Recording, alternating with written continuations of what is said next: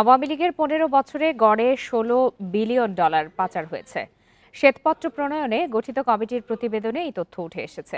দুপুরে শ্বেতপত্র প্রণয়ন কমিটির প্রধান দেবপ্রিয় ভট্টাচার্যের নেতৃত্বে গঠিত কমিটি প্রধান উপদেষ্টার কাছে প্রতিবেদন জমা দেয়। প্রধান উপদেষ্টার প্রেস উইং এই তথ্য জানিয়েছে। আনুষ্ঠানিকভাবে প্রতিবেদন প্রকাশ করা হবে কাল। জানা গেছে ৩০টি অধ্যায়ে সন্নিবেশিত হয়েছে দুর্নীতির বর্ণনা। অনিয়মের ফিরিস্তি তুলে ধরার পাশাপাশি এতে আছে প্রতিবেদনের ভূমিকা, উপসংহার ও অন্যান্য সংযুক্তি। গত ৫ আগস্ট শেখ হাসিনা সরকারের পতনের পর ২৮ আগস্ট দেশের সার্বিক অর্থনীতির চিত্র জানতে বিশিষ্ট অর্থনীতিবিদ ডক্টর দেবপ্রিয় ভট্টাচার্যের নেতৃত্বে ১২ সদস্যের শ্বেতপত্র প্রণয়ন কমিটি গঠিত হয়। ৯০ দিনের মধ্যে প্রতিবেদন দিতে বলা হয় এই কমিটিকে।